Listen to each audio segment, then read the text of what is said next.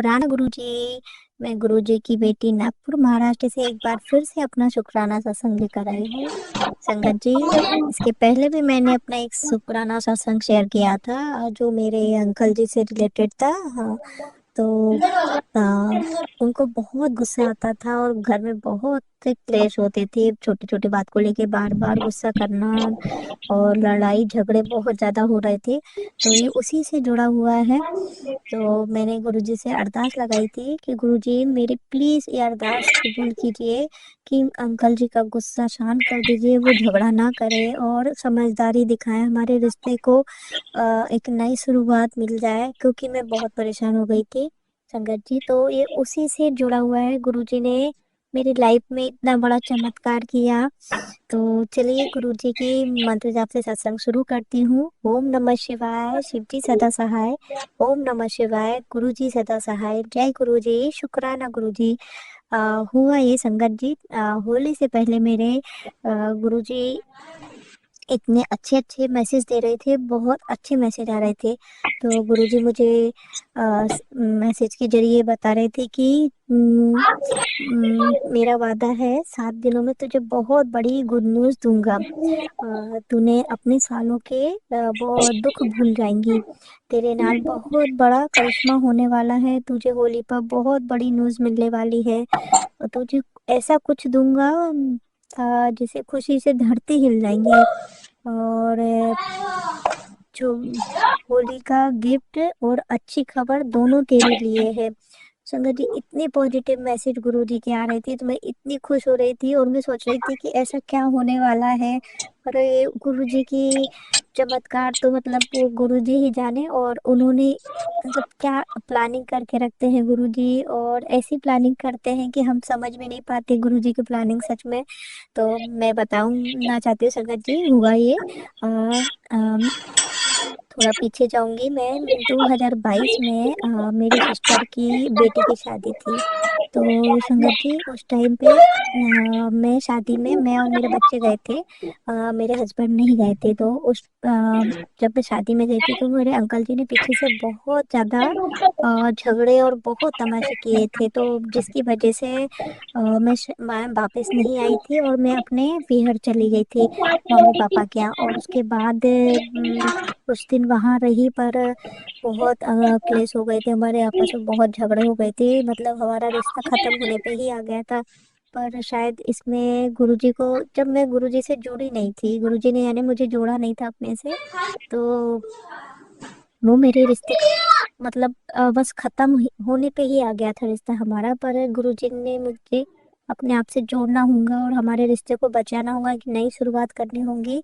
तब मैं जब मुझे अंकल जी जब हमारे आपस में पैचअप कराया फैमिली वालों ने, उसके बाद अब मैं आखिरी वहां से महादेव के मंदिर गई थी और अब मैंने अपने भोलेनाथ से प्रार्थना की थी कि भोलेनाथ अब आपके हाथ में ही है हमारा रिश्ता, आप हमारे रिश्ते को बचा लीजिए। तो उसके बाद हुआ ये कि मतलब वो शादी में तो अंकल जी आए भी नहीं थे और बहुत तमाशे भी किए थे, तो उसका तो मुझे मतलब दुख जिंदगी भर ही रहेगा और मैं उस चीज को भूल भी नहीं पा रही थी, क्योंकि अंकल जी ने बहुत बुरे मतलब बहुत बुरी तरीके से ये सब हालत पैदा कर दिए थे कि इतना सब मन में मनमुटाव हो गया था, बहुत क्लेश हो गए थे। और मेरी सिस्टर और मेरे जीजा जी वो भी बहुत गुस्से में थे, बहुत गुस्सा आया था। तो मतलब हमारे बीच में पहले ही अंकल जी किसी से बात नहीं करते और किसी से मतलब रिलेशन भी नहीं रखते, और जाहिर सी बात है तो किसी को घर में आने भी नहीं देते और मुझे ज्यादा बात भी नहीं करने देते।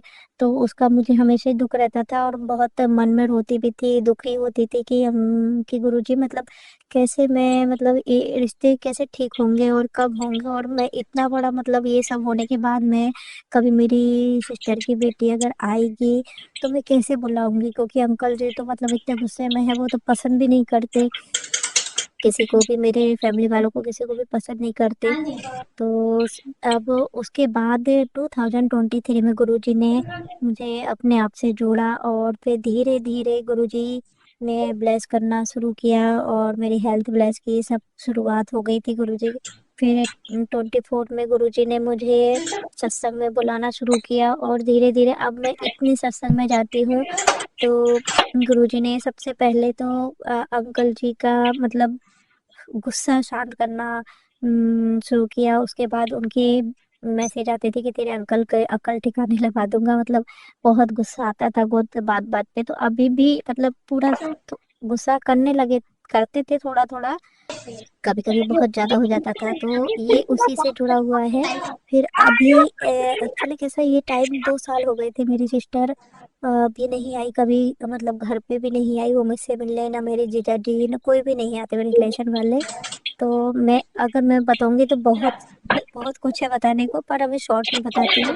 तो मेरा बहुत मन होता था कि मेरी, अगर वो मेरी बेटी जैसी है, मेरी सिस्टर की बेटी, वो बहुत प्यार करती है कि बहुत ज्यादा, शुरू से छोटे से बचपन से हम लोगों ने उसको मतलब खिलाया है। तो हाँ, मेरा बहुत मन था कि वो कभी भी मेरे यहाँ कभी भी शहर में आएगी तो मैं उसको बुलाऊं, और मेरे जवाई को भी बुलाऊं घर पे। पर मेरे अंकल जी कभी हाउ बोलेंगे तभी बुला पाऊंगे, कभी उन्होंने हाउ नहीं बोले तो मैं क्या करूंगी। तो अचानक वो वो अपनी मतलब मम्मी क्या आई थी सिस्टर क्या, तो वो सिस्टर का अचानक मेरे सिटी में नागपुर में आना हुआ। तो उन्होंने मुझे बोला फोन करके कि हम लोग होली पर मतलब नागपुर आए हैं, तो देख ले क्या करना है। तू तेरे हस्बैंड से पूछ ले, अगर वो हाँ बोलेंगे तो मैं घर लेकर आती, क्योंकि अब जवाई को तो कुछ पता नहीं है ना, ये सब चीजें तो उनको कुछ पता नहीं है शादी होने के बाद कि ये नहीं है, नहीं इनका नेचर ऐसा है अब। तो देख ले, अगर वो हाँ बोलेंगे तो मैं लेकर आती हूँ। मुझे ठीक है। फिर मैं वही सोच रही थी कि गुरुजी मैं पूछूं तो कैसे पूछूं, क्योंकि मुझे पूछने में भी डर लगता है, क्योंकि मेरे हस्बैंड हाँ तो बोलते हैं पर उसके बाद वो बहुत गंदे गंदे वर्ड बोल देते हैं, कुछ बोल देते हैं, तो जो मुझे अच्छा नहीं लगता, क्योंकि फिर मन दुखी हो जाता है कि आप ऐसे नहीं बोलना ही बुलाना तो ठीक है, पर किसी के बारे में आप कुछ भी नहीं बोल सकते ना। तो मैं इतना डर रही थी कैसे बोलूँ कैसे बोलूँ। तो मैंने जैसे तैसे उनको पूछा कि मैं बुला लूँ क्या, मेरी मतलब मेरी सिस्टर आई है, और मेरी बेटी और जवाई वो लोग भी है, मतलब उनकी बेटी और जवाई दोनों वो भी आए हैं। और तो वो तो आए हैं, वो आना चाहते हैं घर पे मिलने के लिए। तो तो अंकल जी ने एकदम से हाँ भी बोल दिया, हाँ ठीक है बुला ले। और तो मैं बोली अगर वो रुकेंगे तो मैं लंच में बुलाना चाहूंगी, तो बोले ठीक है बुला ले। तो मैं इतनी खुश हो गई कि उन्होंने कुछ भी बोला नहीं, कुछ बुरा वर्ड यूज भी नहीं किए, और हाँ एकदम से हाँ भी बोले, और जो कुछ भी लग रहा है वो बुला लेना और जैसा भी रहेगा। तो संगत जी मैं इतनी खुश हो गई। फिर दूसरे दिन मतलब होली के बाद दूसरे दिन सैटरडे, 16, हाँ 16 मार्च को सैटरडे था। तो मैंने उनको लंच पे बुलाया। तो उसमें मेरी सिस्टर भी आई थी, और दोनों उनकी बेटी और जवाई को, और मैं, उनका एक बेटा है, उनको सबको लेकर आए घर पे लंच पे। थोड़ा लेट हो गए थे, तो हम लोग सब वेट कर रहे थे, मेरे बच्चे हम सब लोग वेट कर रहे थे। तो फिर अचानक से मेरे अंकल जी का फिर एकदम दिमाग खराब हो गया। वैसे वो अंकल जी मतलब वेट कर रही थी, तो और वो लोग लेट हो गए आने में। तो अंकल जी को फिर गुस्सा आ गया कि रहने दे, मैं नहीं मिलता, और वो मिलने के लिए भी तैयार हो गए कि ठीक है मैं मिल लूंगा, पर वो लोग लेट हो गए। तो अंकल जी बोलते मैं नहीं मिलता, मैं जा रहा हूँ।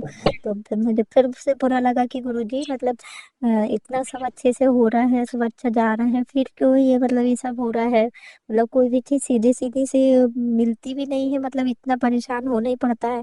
तो मैंने गुरुजी को ऊपर छोड़ दिया कि ठीक है गुरुजी, आप आपकी जैसी मर्जी, अगर मैं अंकल जी को मिलवाना है तो आप मिलवाएंगे, नहीं मिलवाना है तो वो भी, उसमें भी आपकी मर्जी। तो वो लोग लेट आए, 4 o'clock करीबन आए। तो उनका जब जाने का टाइम हो गया, उन्होंने लंच वगैरह किए सब, तो उनका जब जाने का टाइम हो गया, तो फिर अचानक से अंकल जी का फोन आया कि मैं आऊँ क्या उनसे मिलने के लिए। तो मैं बोला ठीक है आ जाइए, वो लोग अभी जाने के हैं। तो अंकल जी आए, उनसे मिले, उसके साथ बैठ के बातें किए। और इतना अच्छा दिन गया, कोई टेंशन नहीं रही, बहुत अच्छे से हो गया, लंच हो गया। वो पहली बार बेटी और जवाई को लेकर घर में आए, और बहुत अच्छा लगा, वो इतने खुश हुए। और मेरे बच्चे और हम लोग सब इतने खुश हुए कि मेरी बेटी बोलती कि मम्मा पहली बार अपने घर में न्यू न्यू आपने क्रॉकरी यूज की है, न्यू बर्तन निकाले हैं, सब चीजें इतना अच्छा लग रहा है मम्मी कि हमारे घर में गेस्ट आए हैं। तो क्योंकि मेरे अंकल जी की वजह से कोई आता नहीं है, और मैं किसी को बुलाने से डरती हूँ कि वो बाद में फिर वो लोग वो गुस्सा करते हैं।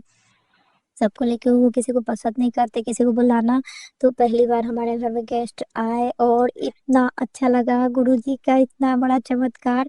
वो भी अंकल जी को लेके उनकी पूरी सोच बदल दी, उनका गुस्सा नहीं, मतलब कुछ भी गुस्सा नहीं किए और इतने अच्छे से बात किए, मिसबिहेव नहीं किए किसी के साथ, बहुत अच्छे से रहे।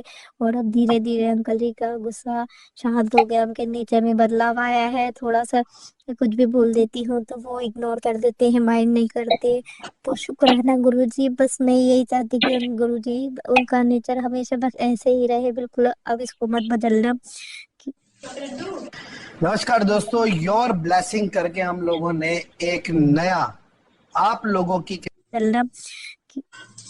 शुक्राना गुरुजी, इतनी बड़ी खुशी देने के लिए शुक्राना गुरुजी।